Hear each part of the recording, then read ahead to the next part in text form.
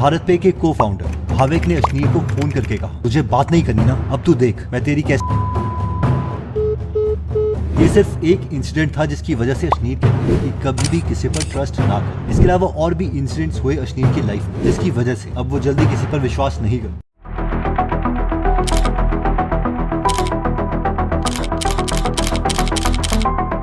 अश्नीर कहते हैं कि जब वो जनवरी 2015 में एमएक्स के लिए जॉब कर रहे थे तब उनकी मुलाकात उनके आईआईटी दिल्ली के बैच में अलबिंदर सिंह ढिंडसा से हुई, जिन्होंने रिसेंटली जोमेटो छोड़ा था और ग्रोफर्स नाम की नई कंपनी स्टार्ट की थी। अलबिंदर ने अश्नीर से कहा कि वो इन्वेस्टर से पैसे लेना चाहते हैं, इसलिए वो चाहते हैं कि अश्नीर उनकी हेल्प करे प्रेजेंटेशन बनाने के लिए, जिसे दिखा के वो इन्वेस्टर से पैसे ले सकेंगे। जब अश्नीर ने अलबिंदर के साथ बैठ के उनकी प्रेजेंटेशन बनवाई तो अलबिंदर ने उन्हें कहा कि तू भी हमारे साथ ग्रोफर्स ज्वाइन कर सकता है। अश्नीर को उस वक्त एमएक्स की जॉब से 80 लाख रुपए साल के मिल रहे थे। अलबिंदर ने कहा कि इतने पैसे तो अभी हम नहीं दे सकते, लेकिन हम तुझे साल का 40 लाख रुपए दे सकते हैं और साथ में 40 लाख के कंपनी के ईसॉप्स यानी शेयर्स। इस पर अश्नीर ने कहा कि ठीक है, लेकिन मेरी एक शर्त है, अगर कंपनी की वैल्यू $8 बिलियन हो जाती है जैसे कि उस वक्त फ्लिपकार्ट की थी, तो मुझे भी 100 करोड़ मिलने चाहिए। जिस पर अलबिंदर ने इसे एक्सेप्ट कर लिया। अश्नीर को अलबिंदर पर विश्वास था, इसलिए उन्होंने ये डील एक्सेप्ट कर ली और उनका स्टार्टअप ज्वाइन कर लिया। कंपनी ज्वाइन करने के बाद अश्नीर ने पूरी मेहनत करी, कंपनी के लिए केसेस भी लड़े। जैसे कि जिस दिन उन्होंने कंपनी ज्वाइन की थी उसी दिन अलबिंदर ने कहा, यार कल एक पंगा हो गया है। हुआ ये कि हमें रोज के 13 ऑर्डर्स आते थे और कल 30 आ गए, जिसमें से एक ऑर्डर मिस्टर कपूर का था, जिन्होंने नई ऑर्गेनिक वेजिटेबल की दुकान खोली है और अपनी ही दुकान से उन्होंने हमारी ऐप को यूज करके सब्जियां मंगवाई और हमारे मैनेजर ने उनकी दुकान के बजाय एक लोकल शॉप से उन्हें सब्जियां दे दी, जिसकी वजह से उन्होंने हम पर एफआईआर कर दी है और ये तुझे देखना है। अश्नीर ने पहले तो मिस्टर कपूर से बात करी, लेकिन बात करने के बाद उन्हें पता चला कि वो अपनी एफआईआर वापस नहीं लेंगे। अब हुआ ये कि इस एफआईआर को हटाने के लिए उन्होंने हाईकोर्ट की मदद ली, लेकिन जो लॉयर उन्होंने किया था वो जॉली एलएलबी की तरह था। उसने अपने पंजाबी एक्सेंट में कहा, ग्रोवर साहब जी छड्डो मिट्टी पाओ, मैं केस रफा दफा करवा देना है। लेकिन ओवर कॉन्फिडेंस या कम प्रेपरेशन के कारण वो केस हार गए। उन्होंने जल्दी ही सुप्रीम कोर्ट के फेमस लॉयर गोपाल सुब्रमण्यम के बेटे गिरी सुब्रमण्यम की मदद ली और दोबारा से हाई कोर्ट में केस किया, ताकि हाई कोर्ट इस केस को दोबारा से रिजेक्ट करे और उन्हें सुप्रीम कोर्ट जाने का मौका मिले। जैसे ही कोर्ट सुप्रीम कोर्ट गया, उन्होंने गिरी सुब्रमण्यम से कहा कि वो अपने डैड को उनका केस लड़ने के लिए कहें। गोपाल सुब्रमण्यम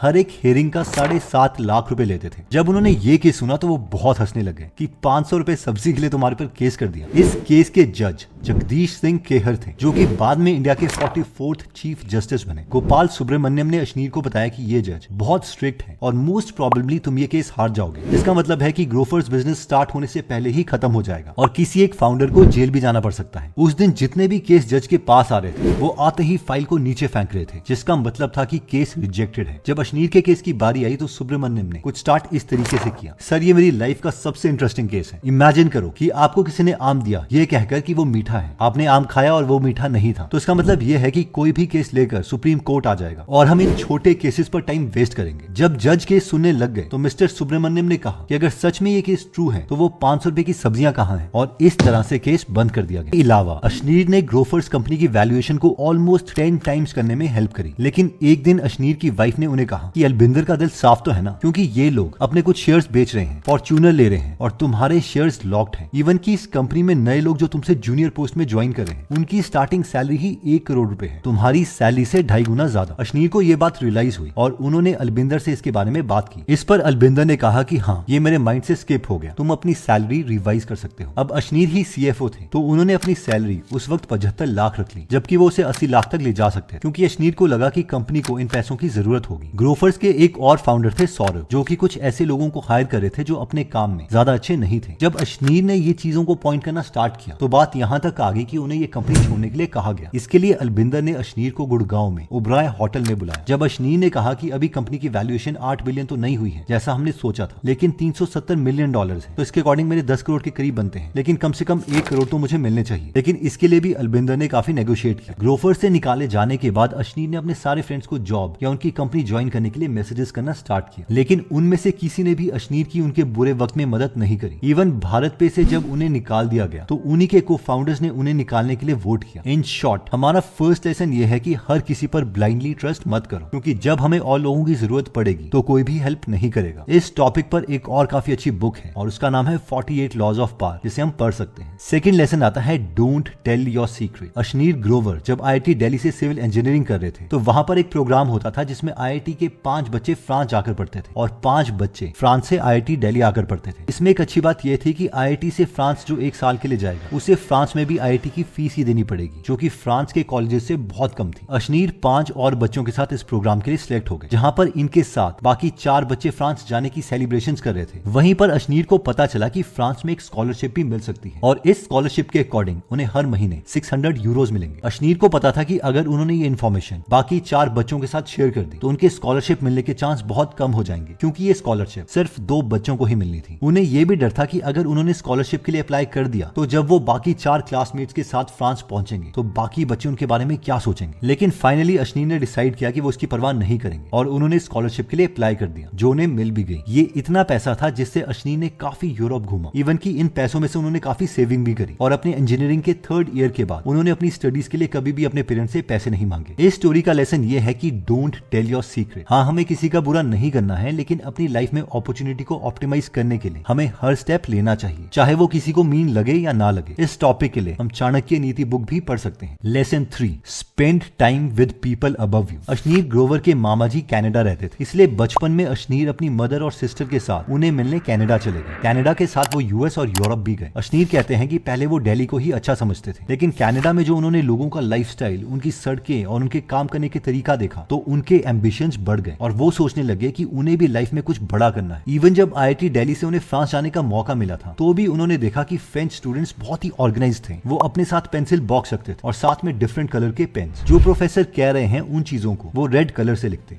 जो प्रोफेसर बोर्ड में पढ़ा रहा है उसे अपनी कॉपी में ग्रीन कलर से लिखते और जो खुद उनके माइंड में थॉट्स आ रहे हैं उसे ब्लू पेन से लिखते। इवन कि वहां पर उन्होंने देखा कि जैसे इंडिया में हम सिर्फ टॉपर स्टूडेंट्स को सेलिब्रेट करते हैं, लेकिन फ्रांस के कॉलेजेस अपने बैच के लास्ट पोजीशन वाले स्टूडेंट के लिए भी खुश होते हैं कि हमने बिलो एवरेज बच्चे को भी कॉन्सेप्ट समझा दिए। इन शॉर्ट इस पॉइंट का लेसन ये है कि सिर्फ अपने लेवल के लोगों के साथ मत रहो, बल्कि अपने से जो लोग आगे हैं उनके साथ रहो, ताकि उन लोगों के काम करने के तरीके से हम भी सीख सके और अपने एम्बिशंस को हम बढ़ा सके कि हमें भी लाइफ में कुछ बड़ा करना है। इसके लिए 2 बुक्स पढ़ सकते हैं, awaken the giant within और unlimited power. Lesson 4, always try to give preference to your family. Ashneer ने हमेशा अपनी फैमिली को साथ रखा। फॉर एग्जांपल, ग्रोफर्स के टाइम में अशनीर ने अपनी वाइफ माधुरी की हेल्प ली ग्रोफर्स का 50,000 स्क्वायर फीट का ऑफिस बनवाने के लिए, जिसके लिए उन्होंने सिर्फ 1.5 करोड़ रुपए खर्चे, जबकि बाकी ऑर्गेनाइजेशंस इसी स्पेस में ऑफिस बनाने के लिए 12-12 करोड़ खर्च रही थी। भारत पे के टाइम में भी शुरू से माधुरी HR और बाकी टीम बनाने में भारत पे की हेल्प कर रही थी। अशनीर कहते हैं कि अगर हम ज्यादातर प्रॉफिटेबल बिजनेस इंडिया में देखें तो वो फैमिली रन बिजनेसेस हैं, जैसे कि मैक्सिमम गुजराती बिजनेस है या फिर इवन जीरोधा एक्सेट्रा, जहां हस्बैंड वाइफ या 2 भाई साथ में बिजनेसेस कर रहे होते हैं। बेशक हम लोग अपने बिजनेस को बनाने के लिए US से पैसे ले सकते हैं, लेकिन हमें बिजनेस इंडियन स्टाइल में ही करना चाहिए। और अगर हमारे फैमिली मेंबर्स केपेबल हैं तो उन्हें हाईएस्ट पोस्ट में भी हमें अपॉइंट कर लेना चाहिए, जैसे कि इवन बोर्ड ऑफ डायरेक्टर्स, क्योंकि मुश्किल टाइम में हमारे 20 साल पुराने दोस्त भी काम नहीं आएंगे, लेकिन फैमिली वाले कम पैसों में भी हमारे लिए काम करेंगे और इवन बुरे वक्त में भी हमारा साथ नहीं छोड़ेंगे। Lesson 5, job will not make you rich. Ashneer ने 9 सालों तक नौकरी की, पहले कोटक में, फिर MX में, फिर PC ज्वेलर्स में। इवन की अशनीर की मदर गवर्नमेंट स्कूल टीचर है और डैड CA की फर्म रन करते हैं और उनके घर वाले भी यही चाहते थे कि वो भी स्टेबल जॉब ही करें। लेकिन अशनीर कहते हैं कि मेरे एक्सपीरियंसेस से जॉब से बस हम इन्फ्लेशन को बीट कर सकते हैं और अपनी बेसिक नेसेसिटी ही पूरी कर सकते हैं, लेकिन बिजनेस ही हमें एक बेटर लाइफस्टाइल प्रोवाइड कर सकता है जो हमने ड्रीम किया है। रेगुलर इनकम वालों की मेंटालिटी होती है कि उन्हें हर महीने सैलरी आती रहे, लेकिन अगर हमें बिजनेस करना है तो हमें ये समझना होगा कि बिजनेस में हो सकता है कि हर महीने हमें पैसे ना मिले और शायद साल में एक ही बार हमें अच्छा खासा अमाउंट मिल जाए। जो सैलरी से हमें साल के सारे पेचेक्स मिल रहे हैं, अगर हम उन्हें कंबाइन भी कर दें तो भी हम वो अमाउंट अचीव नहीं कर सकते। जैसे कि अशनीर की मेन वेल्थ बिजनेसेस में ही बनी, जिसमें वो भारत पे के 8.43% ओन करते हैं, जिसकी वैल्यू 1920 करोड़ रुपीस है, जो वो सैलरी के थ्रू कभी भी कमा नहीं सकते थे। इस कॉन्सेप्ट को और डिटेल में समझने के लिए हम रिच डैड पुअर डैड या साइकोलॉजी ऑफ मनी पढ़ सकते हैं। Lesson 6, if you open a company put yourself first. Cost. Ashneer कहते हैं कि अगर हमने अपने बिजनेस के लिए इन्वेस्टमेंट ली है तो कॉन्ट्रैक्ट करते वक्त हमेशा ये क्लॉज दिलवा लो कि अगर शेयर बेचने की कभी भी अपॉर्चुनिटी मिलती है तो एज अ फाउंडर हम भी अपने शेयर सेल कर सकते हैं। अशनीर खुद भी ये गलती कर बैठे थे जहां पर उनके इन्वेस्टर्स अपने शेयर सेल कर रहे थे और अपने पैसों को 80 से 250 गुना कर चुके थे। वहीं पर अशनीर को अपने एंजल इन्वेस्टर से ऑलमोस्ट भीख मांगनी पड़ रही थी कि वो भी अपने शेयर्स बेचना चाहते हैं। इन शॉर्ट, अगर हमारी वेल्थ पेपर्स में ही रहेगी तो कभी भी हमें उतना कॉन्फिडेंस नहीं आएगा। बड़ा काम करने के लिए हमारे बैंक में एक्चुअल में पैसे होने चाहिए। इस टॉपिक के लिए हम एक बुक पढ़ सकते हैं, idea to IPO. Lesson 7, delegate delegate